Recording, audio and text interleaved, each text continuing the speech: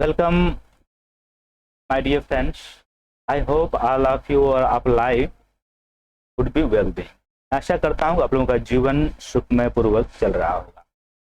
तो आइए आज हम चर्चा करते हैं क्लास 8 की एनसीईआरटी सामाजिक एवं राजनीतिक जीवन के थर्ड पार्ट पर, इसका सारांश और ट्यूशन आंसर के बारे में। ट्यूशन आंसर यूपीएससी और यूपीपीसीएस के रिलेटेड रहेंगे। ओके, तो इसके बारे में सबसे पहले हम जानेंगे लेसन नंबर फर्स्ट पे और लेसन नंबर 2 के बारे में चर्चा करेंगे। लेसन नंबर फर्स्ट में बातें की गई हैं कि भारतीय संविधान पहले चैप्टर का नाम है।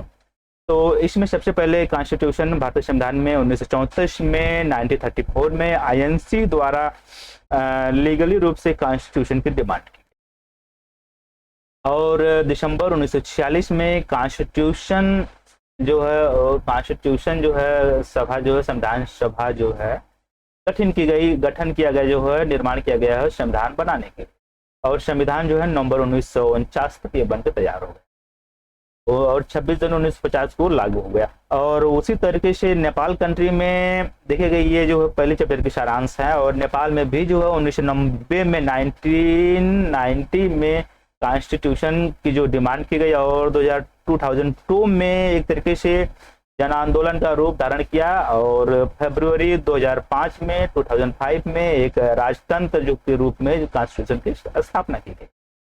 आते ही आते अब लोगों को संतुष्ट न होने की वजह से 2006 से ही अपना जो डेमोक्रेसी के लिए जन आंदोलन स्टार्ट कर दिया और 2007 में डेमोक्रेसी स्थापित की गई। अब डेमोक्रेसी का तात्पर्य होता है कि एक तरीके से एम्पेरिकल लाइफ में बताएं, लेमैन की लैंग्वेज में बताएं तो मेजॉरिटी की जो है डिक्टेटरशिप एक तरीके से कर सकते हैं बहुमत की निरंकुशता। अब यहाँ पर जो है एक इंटर कम्युनिटी शब्द देखने को मिलता है। तो इंटर कम्युनिटी का तात्पर्य होता है कि अंतर सामुदायिक मतलब एक कम्युनिटी है दूसरे कम्युनिटी पर, छोटे कम्युनिटी पर जो है शोषणात्मक रवैया, अत्याचार, दोहन करती है, उसे हम कहते हैं अंतर सामुदायिक इंटर कम्युनिटी।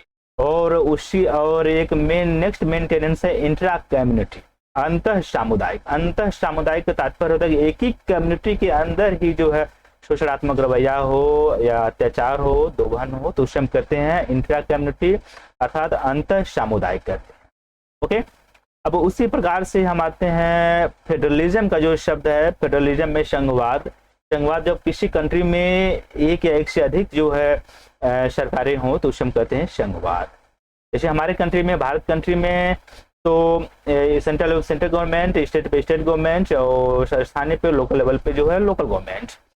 और सेपरेशन ऑफ द पावर की भी बात की गई है, सेकुलरिज्म की बात की गई है, फंडामेंटल राइट की बात की गई है। इसमें जो एक मेंटेनेंस है आदर्श तात्पर्य होता है कि जब कोई लक्ष्य जो है अपने सर्वोत्तम अवस्था में हो, अपने उच्चतम अवस्था में हो, कहते हैं आदर्श जो है। वहीं पर जो है संप्रभु का जो तात्पर्य इस चैप्टर में जनता का जो है स्वतंत्र रूप से डिसीजन लेना ही वो संप्रभु है।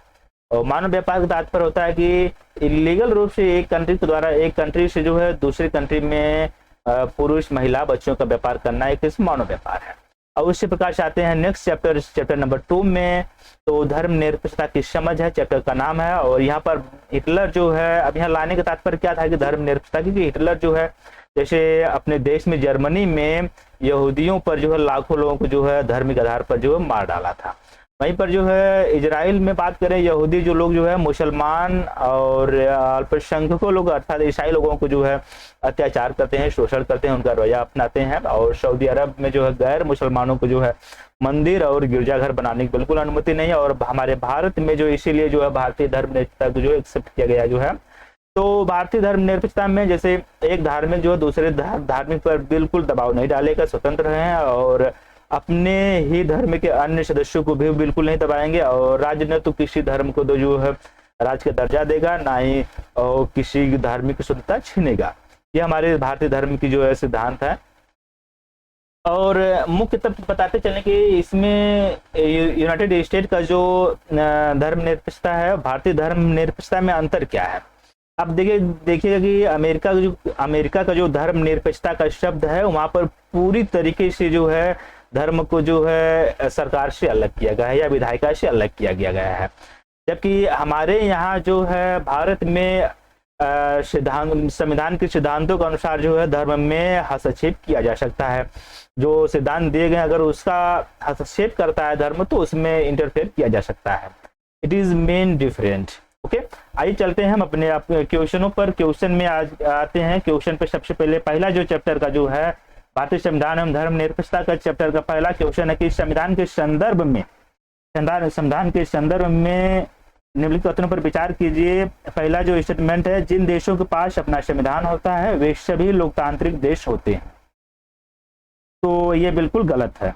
ये क्या फ्रेंड्स है? ये बिल्कुल गलत है। नेक्स्ट स्टेटमेंट है कि संविधान समाज के मूलभूत स्वरूप का निर्धारण करता है। तो ये बिल्कुल सत्य है। अतः कहने का तात्पर्य है कि कौन से कथन सत्य हैं? केवल 2 सत्य है। ओके, तो आइए चलते हैं नेक्स्ट क्वेश्चन पे फ्रेंड्स। नेक्स्ट क्वेश्चन है संविधान सभा के गठन से संबंधित कथनों पर विचार कीजिए। 1934 में 1934 में भारतीय राष्ट्रीय कांग्रेस ने संविधान के गठन की मांग को पहली बार अपनी अधिकृत नीति में शामिल किया। ये बिल्कुल सत्य है दोस्तों, इसे हमने आपको बताया सारांश में। और भारत में संविधान सभा गठन दिसंबर 1946 में किया गया। बिल्कुल सत्य है। बोथ इज राइट स्टेटमेंट, तो दोनों सत्य है दोस्तों। आइए चलते हैं नेक्स्ट क्वेश्चन पे। नेक्स्ट क्वेश्चन हमारा है भारतीय संविधान के संदर्भ में निम्नलिखित कथनों पर विचार करना है कि कौन से कथन सत्य हैं। सॉरी, जो दूसरा कथन था इसने पूछ रहा कि कौन सा कथन असत्य है। सत्य तो दोनों है लेकिन असत्य जो है कोई नहीं, अर्थात कर सकते हैं डी।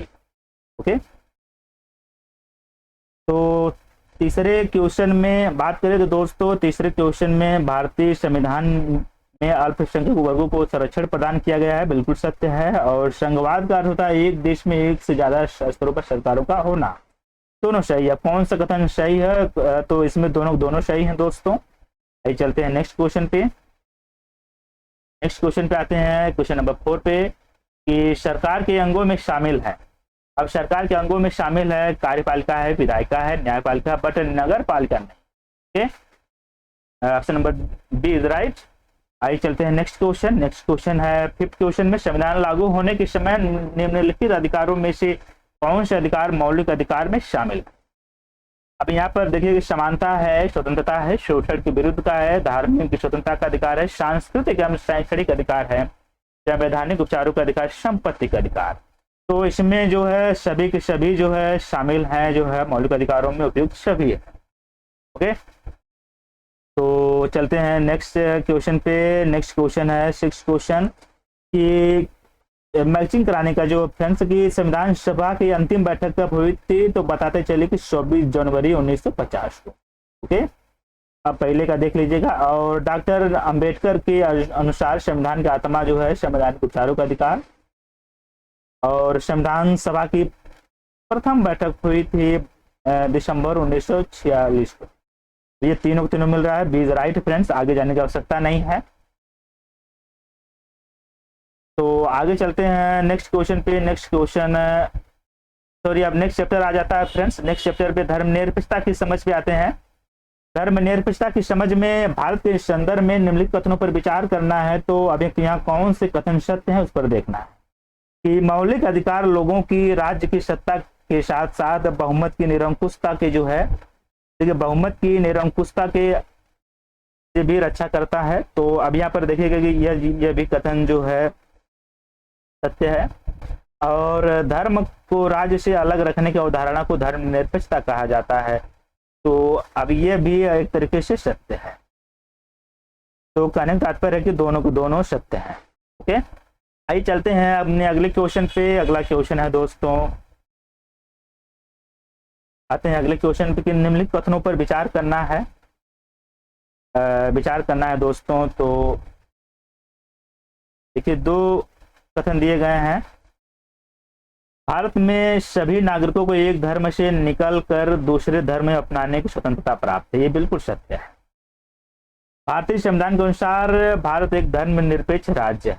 ये भी बिल्कुल सत्य है। अर्थात कहने का तात्पर्य है फ्रेंड्स ये दोनों जो है सत्य हैं। Both is right, option number C is right. Next पे आते हैं, धर्म निरपेक्षता के संदर्भ में राज्यों के कर्तव्यों के बारे में नीचे दिए कथनों पर हमें विचार करना है। एक चलते हैं, देखते हैं, विचार करते हैं कि कौन से कथन जो है सत्य है, कौन से कथन जो है सत्य है, इस पर हमें विचार करने हैं। ओके, तो अब यहाँ पर देखिए कि कथनों में जो दिए गए हैं, जैसे कथन नंबर 1 है कि भारतीय राज्य खुद को धर्म से दूर रखते हैं, वे ये ध्यान देता है कि राज्य की बागडोर न तो किसी एक ही धार्मिक समूह के हाथों में जाए और न ही राज्यों के किसी एक धर्म को समर्थ दे। ये भी बिल्कुल सत्य है दोस्तों, इट इज राइट। नेक्स्ट पे आते हैं, धार्मिक क्रियाकलापों में हस्तक्षेप की नीति अपनाते हुए राज्य कुछ खास धार्मिक समुदाय को विशेष छूट देता है। सत्य है। धार्मिक वर्चस्व को रोकने के लिए भारतीय राज्य कभी कभी हस्तक्षेप करते हुए धर्म की फैली बुराइयों को निषेध करता है। बिल्कुल सत्य है। तो तीनों के तीनों सत्य हैं फ्रेंड्स, अर्थात उपयुक्त सभी सही। आइए चलते हैं नेक्स्ट क्वेश्चन पे। नेक्स्ट क्वेश्चन है कि अमेरिका से संबंधित निम्नलिखित कथनों पर विचार करना है कि अमेरिका की विधायिका कानून बनाकर किसी भी धर्म को राजकीय धर्म घोषित कर सकती है। ये बिल्कुल गलत है, ये क्योंकि धर्म ही अलग है, विधायिका तो कहाँ से बना के घोषित करेगी। तो संयुक्त राज्य अमेरिका में राज्य और धर्म के पृथककरण का अर्थ है कि राज्य व धर्म दोनों एक दूसरे के मामलों में किसी प्रकार का दखल नहीं दे सकते। ये बिल्कुल सत्य है।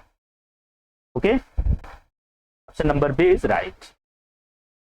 आइए चलते हैं नेक्स्ट क्वेश्चन पे। नेक्स्ट क्वेश्चन है क्वेश्चन नंबर 5 कि भारतीय संविधान में निहित धर्म संबंधी अधिकारों के विषय में निम्नलिखित कथनों पर विचार करना है कि कौन से कथन सत्य है।